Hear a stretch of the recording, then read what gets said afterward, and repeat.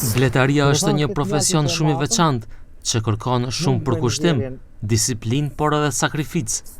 Nusmir Ramadani nga qyteti i Tetovës ka 15 vite që ushtron këtë profesion, i cili kërkon vëmendje të shtuar, pasi bletet janë shumë të ndjeshme dhe kërkojnë njohuri të jashtëzakonshme. Ditën e filluam me ndezjen e timuesit me dru si një masë preventive që të mos pickohemi. Më pas kontrolluam kosherët për të parë se cilët janë gati për vjelje, por fillimisht kontrollohet lagështia e mjaltit. Është ai portakall tajmin për të mbajt tajm, nuk zarm, tajm. Domethënë duhet të jetë se eshk ose dron i thatë, i kalbët, po i thatë. Domethënë im tretët, ose eshk. Se çdo gjë ne gjibujmë te bleta, mjalti janë përthithës. Domethënë e thajthën më një herë atë aromën aso. Po nëse dron i pastër ose eshk gjipërdorë gjë përdor me miliona vjet te bletat atëherë nuk është dëmshme. Po sa më pak përdoret, çaq më mirë. Por cila është mjalta cilësore, sa sasi duhet të merret nga kosherja, sa duhet të lihet dhe ku qëndron hilja më e madhe e disa bletarëve. Nusmiri na shpjegon rregullin e artë të këtij zanati. Kjo për shembull, kjo kornizë është e vulosur mbaj 70%, edhe kësaj gjamatim lagështin shtahine sa si janë gjendja. Po në moment mund të kontrollojmë që është gjendja edhe te tjerat. Mund del lagështia 13.5. 13.5 jo është më erë, po është ekstra. Në qoftë se i merret krejt mjalta, jepet krejt sheqer, aty mund të themi se janë hile. Po çdo herë shkohet 50-50. Domethënë 50% ja lëm të mjaltës, nëse ka prunë 20 kg, ja lëm 10 kg.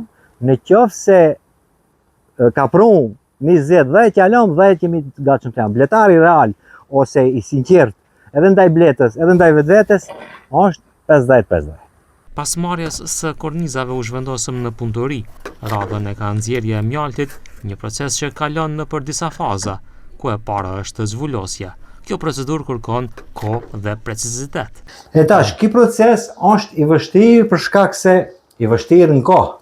Duhet zhvulosen këto, të kompletohen, edhe në mbrëmje të kthehen kornizat ku i morën. Domethënë që bletët çat që kanë ngel çtu si mjalt, ajo ti lëpin, për shembull se ti pastrojnë edhe një herë.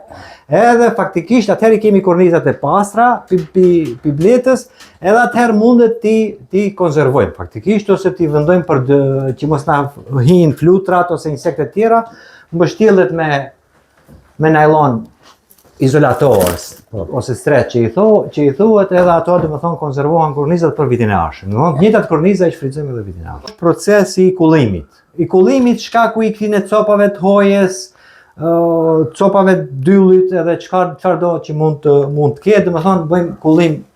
Tash kjo është mjalt që ka filluar me akacien.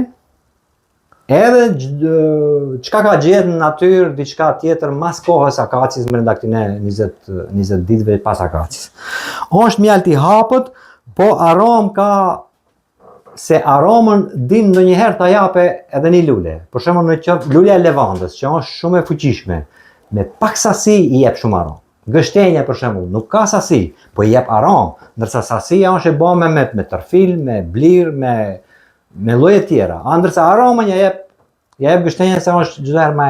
Në fund vjen edhe pjesa më e ëmbël e punës së bletarit, siç thotë edhe vetë Nusmiri, hedhja e mjaltit në kavanoza prej xhami. Ajo më e ëmbla e bletarit kur del në tegëll kur del.